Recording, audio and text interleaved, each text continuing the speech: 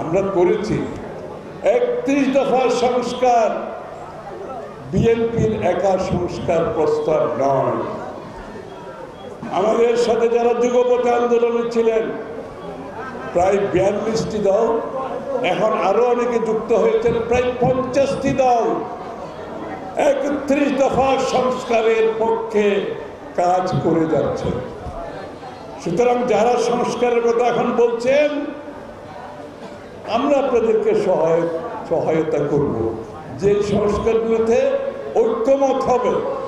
আমি কথাটা কিন্তু আবার রিপিট করছি, যে সংস্কারগুলোতে জাতীয় ঐক্যমত হবে অতি সত্বর সেই সংস্কারগুলো করে ফেলে নির্বাচনের দিকে যেতে হবে।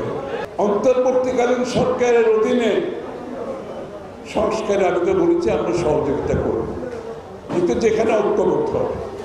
কিন্তু বিএনপি এবং আমাদের সাথে যারা রাজপথে যুদ্ধ করেছে প্রায় 50 দল, আমাদের সিদ্ধান্তে অটল থাকব। এখন সংস্কার কি হয় না হয় সেটা আমরা দেখব, হলে ভালো। কিন্তু আমরা কিন্তু প্রতিজ্ঞাবদ্ধ, আগামী দিনে নির্বাচনের পরে জনগণ যদি আমাদেরকে রায় দেয়, তারেক রহমান সাহেব জাতীয় সরকার গঠনের ঘোষণা দিয়েছে এবং সেই জাতীয় সরকার 31 দফার সংস্কার বাস্তবায়ন করবে।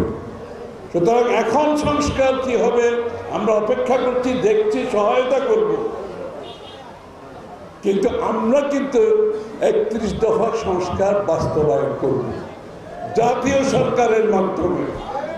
সুতরাং আমরা একসাথে সংস্কার প্রস্তাব তৈরি করেছি 31 দফা, আমরা জাতীয় সরকার গঠন করে 31 দফা বাস্তবায়ন করব।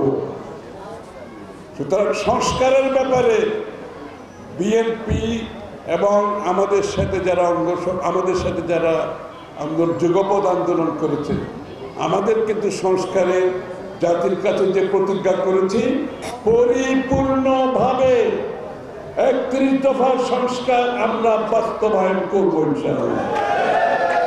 সেই সংস্কারগুলো আগামী বাংলাদেশের, নতুন বাংলাদেশের মানুষের মনোজগতে যে সংস্কারের চিন্তা করছে 31 দফার মধ্যে সব সংস্কার আছে।